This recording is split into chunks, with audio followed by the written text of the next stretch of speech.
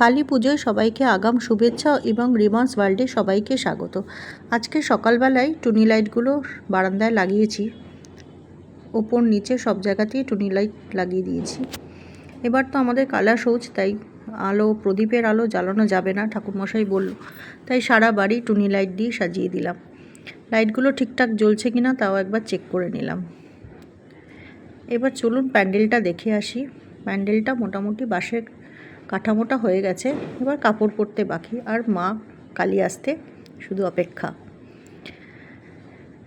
আমাদের বাড়ির সামনেই কালী পুজো, যেখানে দুর্গা পুজো হয়েছিল সেখানেই কালী পুজো হবে।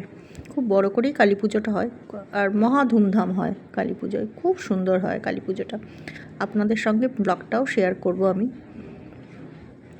আজকে দুপুরে সেরকম কিছু বানায়নি, লোটে মাছের ঝুড়ো আর ডিমের কষা করেছিলাম, কারণ মেয়ে বলল রাত্রিবেলায় পিৎজা খাবে, তাই আর সেরকম রান্নার তোড়জোড় করিনি। এইটা হচ্ছে আমাদের পেছনের বারান্দা। দেখছি সন্ধ্যাবেলায় আলোগুলো জ্বালিয়ে ঠিকঠাক মতো জ্বলছে কিনা। দেখুন কি সুন্দর লাগছে আলোগুলো। প্রতিবারের মতোই আলোগুলো কিন্তু একদম ঝিকিমিকি করেই জ্বলছে, ভালো লাগছে। চলুন সামনের বারান্দায় যাই। সেখানে মন্দিরে সন্ধ্যা আরতি হচ্ছে, শুনতে পাচ্ছেন? ঘন্টা বাজছে, সুন্দর লাগে। আমার বারান্দা থেকেই আরতিটা দেখা যায়। হনুমানজির মন্দির, আপনাদের সাথে এর আগেও আমি শেয়ার করেছি মন্দিরটা, তবে মন্দিরটাকে নিয়ে একদিন পুরো একটা ব্লগ করবো। খুব সুন্দর লাগে যখন আরতিটা হয়। বারান্দার আলোগুলো জ্বালিয়ে দেখে নিলাম, বেশ ভালোই লাগছে।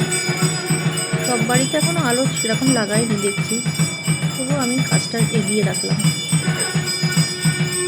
খুব ভালো লাগছে না আরতিটা? মন্দিরে ঘন্টা বাজলে খুব সুন্দর লাগে, গায়ে কাটা দেয় পুরো, অপূর্ব লাগছে দেখতে। চলুন, মেয়ের পিৎজাও এসে গেছে, বেশ রাতও হয়েছে। এটা মিনি ব্লগ। সবাই কালী পুজোতে খুব আনন্দ করবেন, ভালো থাকবেন, তবে আগুন থেকে সাবধান। চলুন, সবাইকে টাটা।